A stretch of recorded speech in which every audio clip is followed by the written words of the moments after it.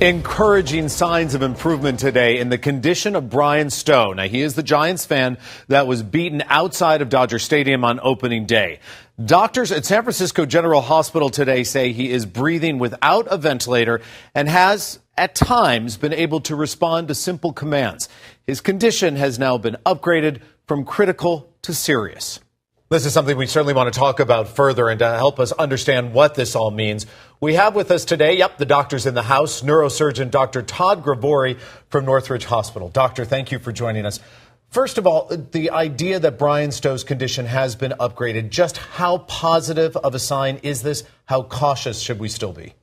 We should be very cautious about what they're telling us because his condition has improved. Part of it is because some of the medication that we use to improve the condition and keep the brain swelling down has been worn off, so he's sort of waking up.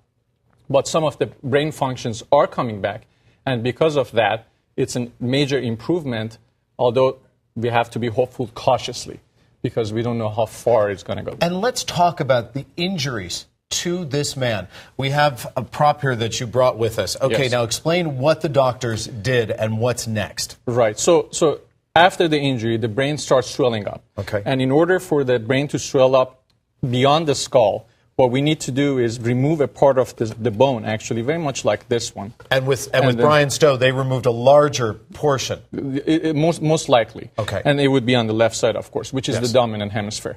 And so the brain swells up beyond this point, and then we put the patient on medication, and after the swelling goes down with time and some treatment, then after about 3 to 6 months, we put this back. If it's available. Okay, and you put this back, and then it's just a wait and see until we can get him into rehab? That's correct. That would be the next step, and it depends how far and how well and quickly he recovers, where he can participate in rehabilitation. He's nowhere near that now, but that would be what they would hope that they could accomplish. When we talk about the recovery process, is it possible that Brian Stowe could once again return to leading a normal life?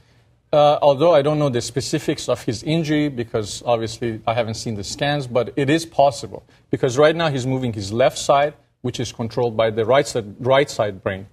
The left side is the injured part, and we have to see how that recovers. And when you have the situation with his recovery, what are the possible setbacks that we have to watch out for right now? Well, during this long period of recovery, he could have infections, he could have more swelling in his brain. There may be some damages to the brain that we haven't really seen because the brain is still under a lot of pressure and also a lot of stress. So really we have to look at his clinical picture and see where he goes. He could have change in his personality, weakness on one side, or also difficulty speaking. And Dr. Gravore, then just to break this down for me, ultimately if we took this in steps, what would be the next step in terms of motor skills? Would he be able to speak? Would he be able to say certain things? How would we go about watching this recovery take place? Most likely, first we'd be looking for movement on the right side because that would be probably the first thing that would come back. And then slowly, it's a great thing that he's following command because that means that his language skills and that part of brain in charge of language is coming back.